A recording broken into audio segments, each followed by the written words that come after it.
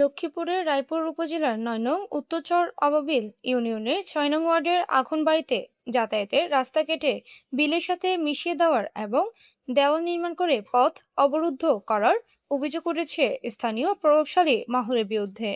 এর ফলে গত কয়েকদিন ধরে ওই বাড়ি প্রায় ১০টি পরিবারের ৫০ জন সদস্য সম্পূর্ণ অবরুদ্ধ হয়ে অত্যন্ত অমানবিক ও কষ্টকর জীবনযাপন করেছেন। স্থানীয় সূত্রে জানা যায়, দীর্ঘদিন ধরে আখনবাড়ির বাসিন্দারা যে রাস্তাটি দিয়ে যাতায়াত করতেন সেটি কেটে বিলের সাথে মিশিয়ে দিয়েছেন মিজান হাওলাদার নামে এক প্রভাবশালী ব্যক্তি। অন্যদিকে একই রাস্তার উপর দেওয়াল নির্মাণ করে পথটি চরমভাবে সংকুচিত চিকন করে ফেলেছেন বাবুল হাওলাদার নামে অপর এক ব্যক্তি, যার ফলে গত ৪০ বছর ধরে ব্যবহৃত এই রাস্তাটি এখন চলাচলের সম্পূর্ণ অনুপযোগী হয়ে পড়েছে। সরজমিনে গিয়ে দেখা যায় রাস্তাটির বর্তমান যা পরিস্থিতি, তাতে একটি রিক্সা কিংবা মোটরসাইকেল তো দূরের কথা, সাধারণ মানুষের পায়ে হেঁটে চলাই দুষ্কর হয়ে পড়েছে। ভুক্তভোগী পরিবারের সদস্য মান্নান, বাচ্চু, আরিফ, শামসু, শাকিল, শাহিনুর বেগম ও হরুসা বেগম ক্ষোভ ও কান্নাজড়িত কণ্ঠে বলেন, আমাদের গত ৪০ বছরের পুরনো রাস্তাটি কেটে প্রভাবশালী মিজান হাওলাদার বিলের সাথে মিশিয়ে দিয়েছেন, আর বাবুল হাওলাদার সেখানে দেওয়াল তুলে রাস্তাটি একদম বন্ধ করে দিয়েছেন। এখন আমাদের বাড়ির কেউ গুরুতর অসুস্থ হলে তাকে হাসপাতালে নেওয়ার মতো কোনো পথ নেই। যদি আল্লাহ না করুক কেউ মারা যায়, তবে তার লাশ বের করার মতো ন্যূনতম জায়গাটুকু অবশিষ্ট রাখেনি। আমরা এখন নিজেদের বাড়িতে বন্দি জীবন পার করছি। আমরা এই বাড়িতে প্রায় ৫০-৬০ জন লোক আছি বসবাস করে, কিন্তু আমাদের এই রাস্তাটা জমিন হালার কিন্তু রাস্তা ছিল ঠিকই, কিন্তু এই জমিন বাড়ানোর জন্য কিন্তু রাস্তা কাইটা ফালিয়ে দিছে। কিন্তু আমরা একজন লোক অসুস্থ হলে আমরা মেডিকেল যাইতে কষ্ট হয়, স্কুল পোলাপাইন স্কুল যাইতে কষ্ট হয়, অসুস্থ হইলে হাসপাতাল যাইতে কষ্ট হয়। আমরা অনেক পরিস্থিতি এখানে শিকার, কিন্তু আমরা অনেকটা সমস্যা হচ্ছে শুধু এই রাস্তাটার কারণে। দীর্ঘদিন এখানে রাস্তা ছিল, জমিন হালা রাস্তা কাইটা লাগানোর কারণে আমরা এখানে যাতায়াত করতে অনেকটা সমস্যা হচ্ছে। এটা আমরা প্রশাসনের কাছে, সরকারের কাছে আবেদন জানাচ্ছি এই রাস্তাটা দ্রুতভাবে করে দেওয়ার জন্য। এই বাড়িটা করছে আর সবাই মিললে এই রাস্তাটা করছিল করছিল টাকা পয়সা দিয়ে সবাই মিললে এই মাথা হিমাতা রাস্তা করছে, আমি বাড়ি করছি। আর তখন আমার বাড়িটারে তখন করছে আর পিছে দিয়া হেরা কি আছে রোডটারে জাগা দিয়া হেরা কাইটা ফেলে দিচ্ছে। আর যে জায়গাটা আছে আবার দেখে আইছে, এই আপনারা দেখে আইছেন তো এই রাস্তাটা তো অর্ধেক আছে আর অর্ধেকে এই মধ্যে দিয়ে কাইটা ফালিয়ে দিচ্ছে।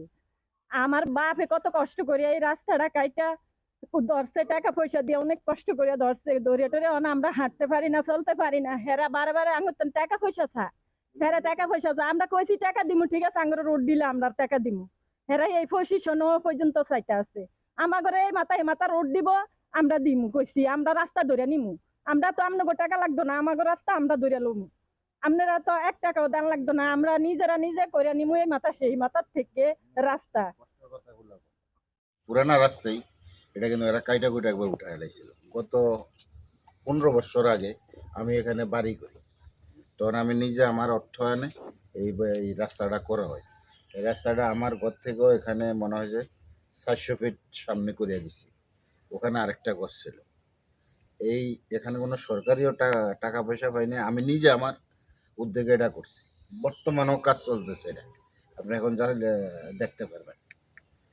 তো এই জায়গাটা ছিল অন্য একজন মহিলা, উনি জায়গা দিচ্ছে, আমি রাস্তা বাইনা দিছি। ৩ বছর রাস্তা ছিল, ৩ বছরের পরে আমি প্রবাসে থাকি, আইসা দেখে রাস্তাটা পুরো কাইটা উঠে নিয়েছি।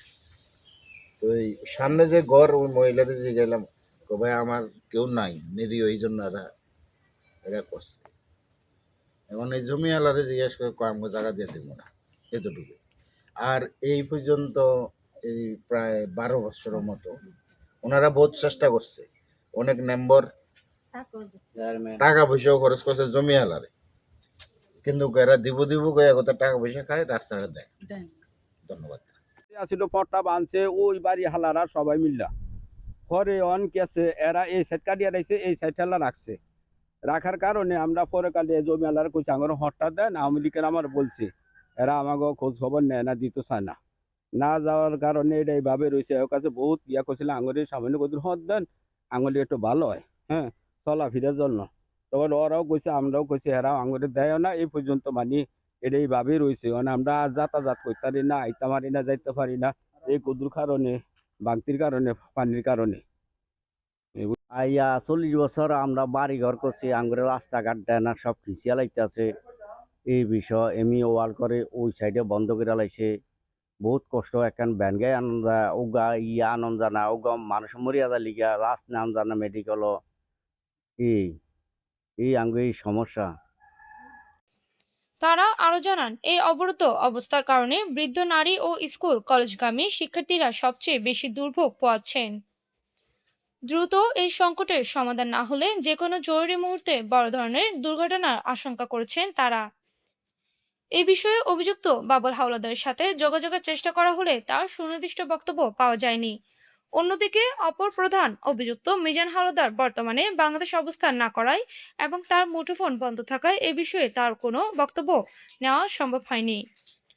স্থানীয় সচেতন মহল ও ভুক্তভোগী পরিবারগুলো এই অমানবিক পরিস্থিতি থেকে মুক্তি পেতে এবং চলাচলের রাস্তাটি পুনরুদ্ধারে স্থানীয় সচেতন মহল ও ভুক্তভোগী পরিবারগুলো এই অমানবিক পরিস্থিতি থেকে মুক্তি পেতে এবং চলাচলের রাস্তাটি পুনরুদ্ধারে স্থানীয় প্রশাসন ও জনপ্রতিনিধিদের কাট স্থানীয় সচেতন মহল ও ভুক্তভোগী পরিবারগুলো এই অমানবিক পরিস্থিতি থেকে মুক্তি পেতে এবং চলাচলের রাস্তাটি পুনরুদ্ধারে স্থানীয় প্রশাসন ও জনপ্রতিনিধিদের জরুরি হস্তক্ষেপ কামনা করছেন। রায়পুর লক্ষ্মীপুর প্রতিনিধি জাহিদ হোসেন জুয়েলের পাঠানো তথ্য ও চিত্রে PI ৭২ টিভি।